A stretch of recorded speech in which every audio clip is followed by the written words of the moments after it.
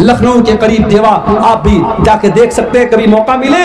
اس دیوا میں عرس ہوتا ہے اور عرس کے موقع پر وہاں طوائفیں آتی ہیں، ناچنے گانے والی رنڈیاں آتی ہیں اور وہاں ناچتی ہیں اور گاتی ہیں اور مسلمان تماشے دیکھتا ہے. اور یہ دین کے نام پر، اسلام کے نام پر اور مذہب کے نام پر ہوتا ہے. دنیا کا سب سے بڑا گناہ شرک ہے.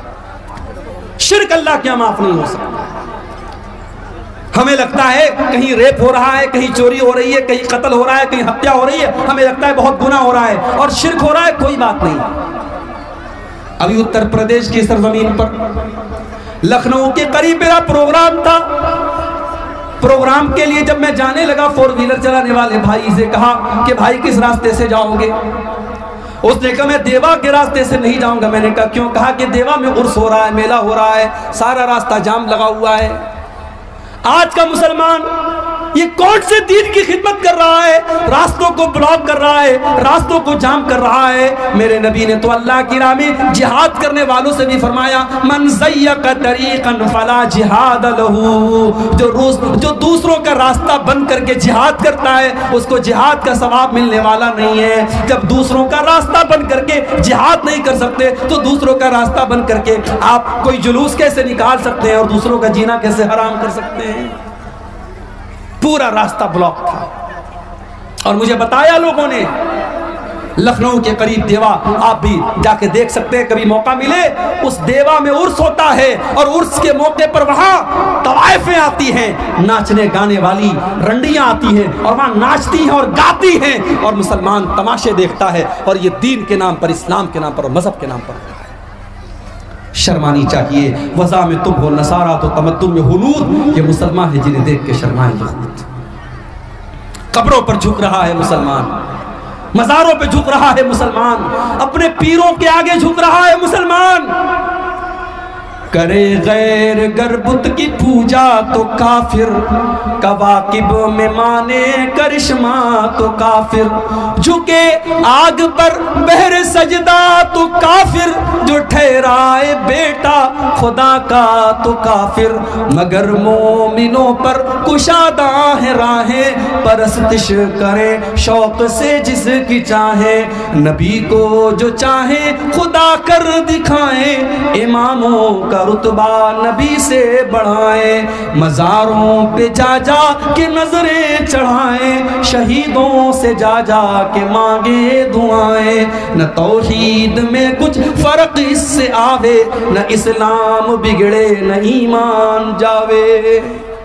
اگر ایک غیر مسلم اگر پتھر کی مورتی کے آگے سجدہ کرتا ہے اور وہ جہنمی ہے، وہ کافر ہے، وہ مشرک ہے، تو وہی کام ایک قبر کے سامنے اور ایک مزار کے سامنے کرنے والا مسلمان موحد کیسے ہو سکتا ہے اور جنتی کیسے ہو سکتا ہے؟ یہ پہلا حق ہے. اللہ نے اپنا حق بیان کیا. وَعْبُدُ اللَّهَ، اللہ کی عبادت کرو. وَلَا تُشْرِكُوا بِهِ شَيْئًا، اور اللہ کے ساتھ کسی کو شریک نہ کرو. اللہ کا ادھیکار کسی اور کو نہ دو. یہ پیشانی جھکے تو اللہ کے آگے جھکے، یہ ہاتھ اٹھے تو اللہ کے آگے اٹھے. اللہ کے ساتھ کبھی شرک نہ کرنا. دوسری چیز وَبِالْوَالِدَيْنِ إِحْسَانًا، اور اپنے ماتا پیتا کے ساتھ، اپنے ماں باپ کے ساتھ تم بھلائی کرتے رہنا. کتنے والدین بوڑھے ہو چکے ہیں، اولاد جوان ہے، پیسہ کما رہی ہے، ماں بوڑھی ہے، باپ بوڑھا ہے، باپ کو دواؤں کی ضرورت ہے، ماں کو چھوٹی چھوٹی چیزوں کی ضرورت ہے، ماں بیچاری تڑپ رہی ہے، باپ بیچارہ پریشان ہے، جوان بیٹے کو اپنے ماں باپ کی کوئی فکر نہیں ہے. میرے پیارے ساتھیوں، ماں باپ وہ ہستیاں ہیں جنہوں نے ہم کو جنم دیا ہے، اللہ نے ہماری پیدائش کا ذریعہ ان کو بنایا ہے. اس لیے زندگی کی آخری سانس تک اپنے ماں باپ کی قدر کرو، ان کو تکلیف نہیں پہنچا سکتے. اگر آپ کے باپ نے آپ کے ساتھ غلط بھی کیا تب بھی نہیں کر سکتے. باپ بھی غلط کرتا، ضروری نہیں ہمیشہ باپ صحیح ہو. میں نے بیٹوں کی آنکھوں میں بھی آنسو دیکھے ہیں، یاد رکھیے. ٹھیک ہے ہم لوگ تقریر کرتے ہیں والدین کے اوپر، لیکن سماج کی کڑوی سچائی یہ بھی ہے بہت سارے باپ ایسے ہیں جنہوں نے اپنی اولادوں کو رلایا. اولاد کے ساتھ ناانصافی کرنے والی مائیں، اولاد کے ساتھ ناانصافی کرنے والے باپ، کان کھول کر کے سن لیں، اللہ کیا ان کو بھی حساب دینا پڑے.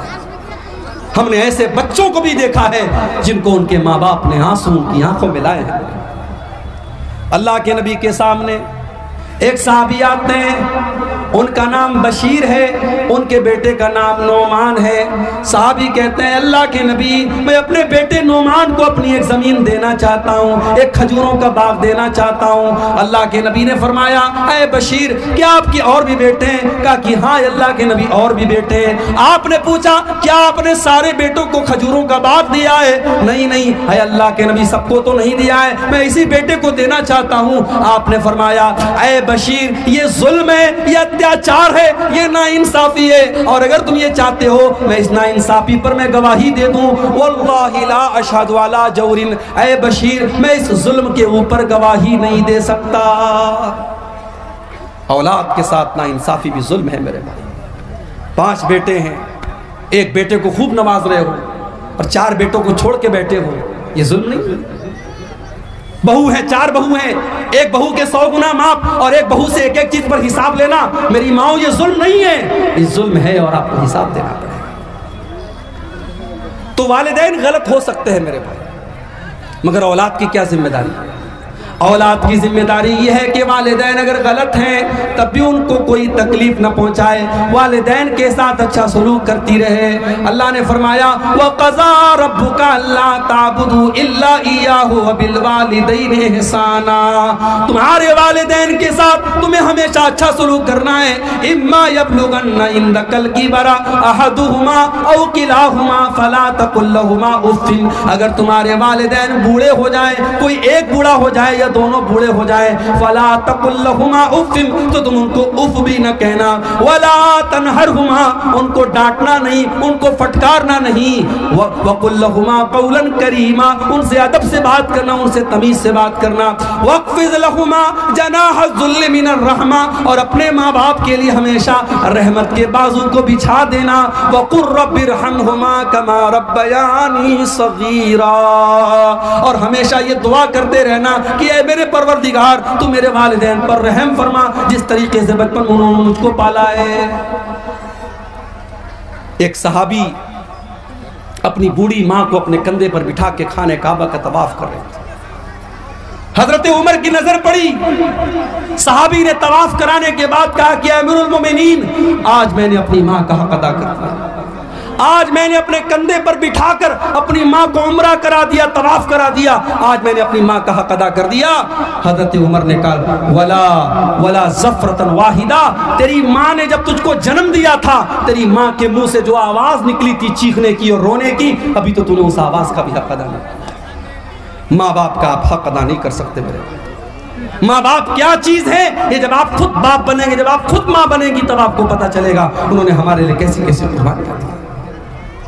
اسی لیے اللہ کے نبی فرماتے ہیں، ماں کے بارے میں آپ نے فرمایا فَإِنَّ الْجَنَّةَ تَحْتَ قَدَمِهَا، ماں کے پیروں کے نیچے تمہاری جنت ہے۔ باپ کے بارے میں آپ نے فرمایا الوالد اوسط ابواب الجنہ، باپ جنت کا دروازہ ہے، نہ ماں کو ناراض کر کے جنت ملے گی، نہ باپ کو ناراض کر کے جنت ملے گی۔ اپنے ماں باپ کو راضی کرو، اپنے ماں باپ کو خوش کرو۔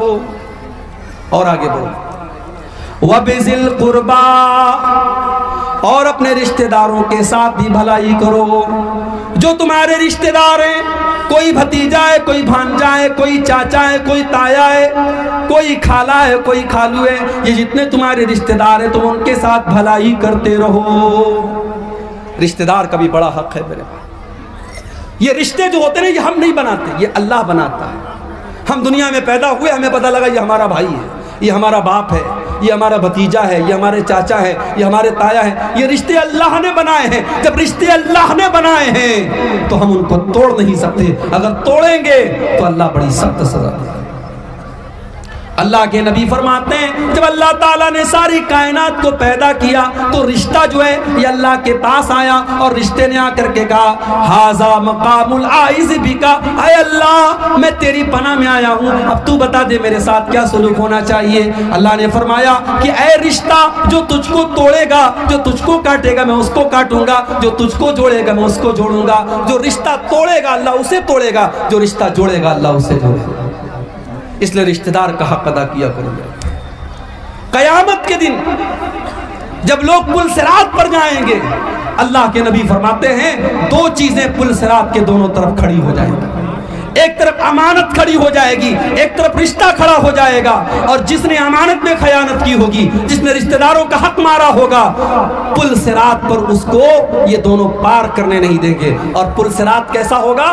بال سے زیادہ باریک اور تلوار سے زیادہ تیز ہوگا۔